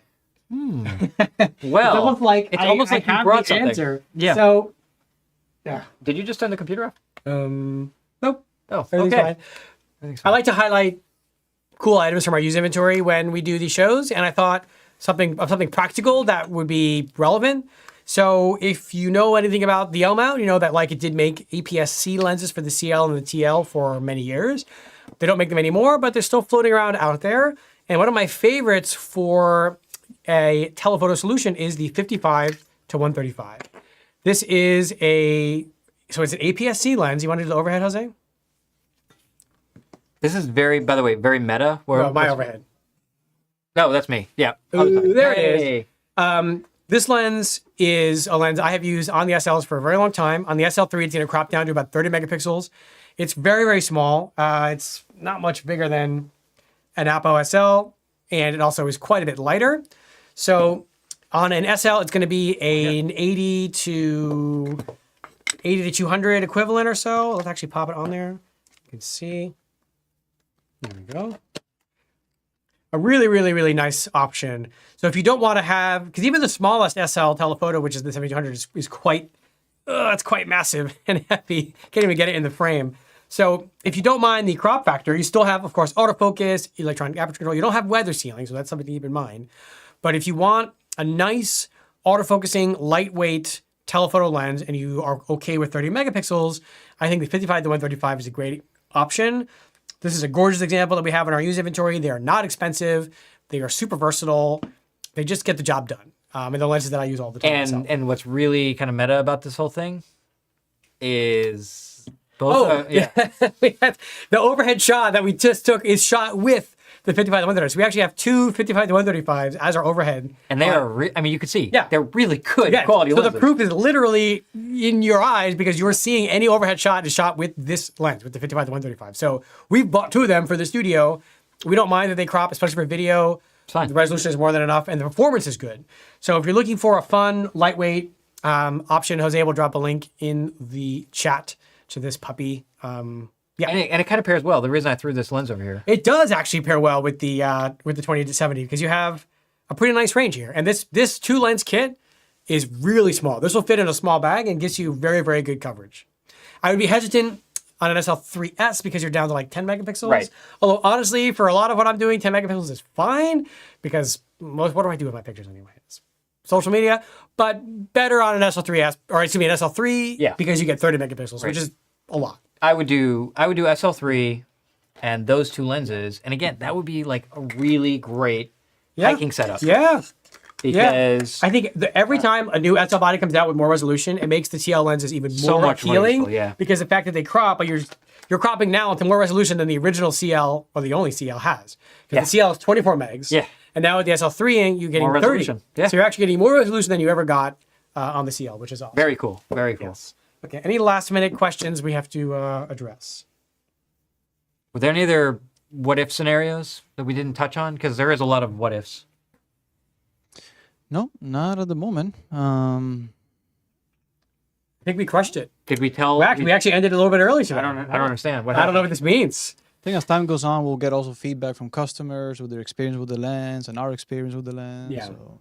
Yeah, we try to do our shows when there's some market penetration, but obviously this lens, we haven't even gotten our first one. We just have a sample unit. So as they ship out and you guys get them and use them, obviously we're going to want your feedback. What does Peter say he has in the bag from Mongolia? What do you have in the bag from Mongolia? I don't know. Oh, wait. Something. Maybe it might be the 55. One of the things we talked about, I'm quite sure. One of the things. It's amazing. He has a camera or lens that That's we right. talked about. One would hope he's bringing a camera or lens. He wants to take the 28-70 maybe? Oh, he can't. He can't. It's not ours. We can't. We have to give it back. Peter. Sorry, Leica. Yeah, Peter. I thought he was actually leaving today. Peter's leaving from Mongolia. Oh, he's bringing it 55 to 135. Oh, So if the great Peter Dueling is bringing it to Mongolia, then you need to have one to also. You need to get on a plane to Mongolia right now with it and go on the workshop. And how cool is that? That I mean, at the end of the day, I think it's fascinating that Leica continues to give us more choices, that they listen and have heard the, I don't want to say complaint, but because complaints strong. The feedback. The negative feedback. The negative feedback. Fun and happy, loving feedback. About the size and weight. And, the Leica attitude has always been, well, if that's the performance you want, this is the size you need. And it's like, okay, great. Love that. I feel like they're softening that stance a little bit. Yeah, I'm glad. Yeah. They're being open to things they probably would have done 10 years ago. Thankfully, we haven't compromised performance, and the design consistency is still there. You look at all these lenses on the table, and you wouldn't think like, oh, that one's made in Japan, that one's made in Germany, that one's made in Portugal. They're all designed to the same standards, to the same level of build, the same weather sealing. You Same quality control. Right, consistent filter sizes throughout the different ranges. So I think that's really important to consider that when you're looking at the lineups as well. Yeah. Yeah. All right. You want to sign us off? No, not really. No. What do you mean no? All right. You want to go home? Sign us off, David. Sorry. We did it. All right. Well, hopefully we weren't too much all over the map. Kind of felt It's fun. This is what happens when we have not even one day. Did we have a full day? We technically had a full day. No, No. because we got the lens on Friday morning. I worked all day. Yeah. Then I went home. Yeah. And then I came back to the store. Yeah, less, And then yeah. tested all. Right. So no, we haven't. You actually started testing less, like about 24 hours ago. Yes. Yeah. Just about 24 hours ago. Yeah. So Yeah. And then you had to sleep. we have. So that's what they say. So we obviously there's more to come from this lens from us. Yeah. In a perfect world, we would have had this a week ago, and Peter would have taken it to Mongolia and made pictures with it. we still could have done a and, show. But Whatever. But still, we will have more information when we get a chance to use it ourselves, because I'm sure a lot of us are chomping at the bit to try it out. yes. Because it is light, because it is small, and because it's really high performing. So hopefully you learned a little bit about the new 28-70, 2.8, kind of have some idea of where it fits in the lineup, how it compares to the other options. That means we did our job. And so next stop, hopefully we'll see some of you guys in Germany at the mothership. It's going to be super fun. I know we're really looking forward to it. And I'm sure if any of you guys are going, Leica really knows how to celebrate and throw a party. Yes. So this is going to be fantastic programming. We're looking forward to it. And maybe we'll, depending on how good the internet connection Oh, is. jeez. Maybe we'll make some content while we're there. We don't know yet. We don't know yet. TBD. But keep an eye. Don't get your hopes up, but keep your eye out. Keep an eye. And the best way to do that is make sure that you are subscribed to Red Dot Forum YouTube channel, and you have to click that notification bell so you know when we post new content. Because maybe, again, cover your ears, Josh, maybe we might spontaneously, without notice, go live from the event. If there's something really cool or we run into someone that we know or something like that. We've done it before, but we might do it again. And do not expect high quality. This is not in our studio. We're going to do our very best, But- we promise. But we think it'll be fun. At the very least, we will report back when we come back for our next episode, which is We don't know yet. about a month from now. Maybe. Yep, about a month from now-ish. And we will be talking about summer travel. Summer travel, yes. Coming up. And tips and tricks. And I think this plays really well into that because we'll be able to now incorporate this Yeah, as an option absolutely, yeah. to build out different kits for different purposes. So you want to stay tuned for that. We will be back there. As always, you can keep an eye on redditforum.com for the latest Leica news, tech articles, reviews, all that stuff. Firmware articles and all that. Also, be sure to check us out on the other things, Apple News, and podcasts and all that. So if you want to just listen to us and our lovely voice without seeing us, that's great. You can do that. I'm sure I'm forgetting something, but who cares? That's okay. Yeah. Thanks, We'll be everybody. back. That was fun. Thanks a lot. Big thanks to Josh. I mean, yeah, you don't understand. Like, this man had suffered sleep deprivation testing this There wasn't much lens. suffering. It was fun. Just It was fun. time consuming. Thanks to Jose for, I think we need to get him some reading glasses, though, because he's squinting at the screen right now. And thanks to all of you for tuning in on your valuable Saturday night. We appreciate you spending time with us. And of course, if you're watching us after the fact, well, you didn't get us live, but you get the same content. So be sure to check out previous episodes of Red Hat Forum Camera Talk. We've got like almost 100 now or something. 80 something, I think, yeah. Whatever. So stay tuned for that. Okay? Cool. And we will see you in the next one. All right. Thanks a lot. Have a great weekend. Good night, Bye-bye. everybody. Good night, guys.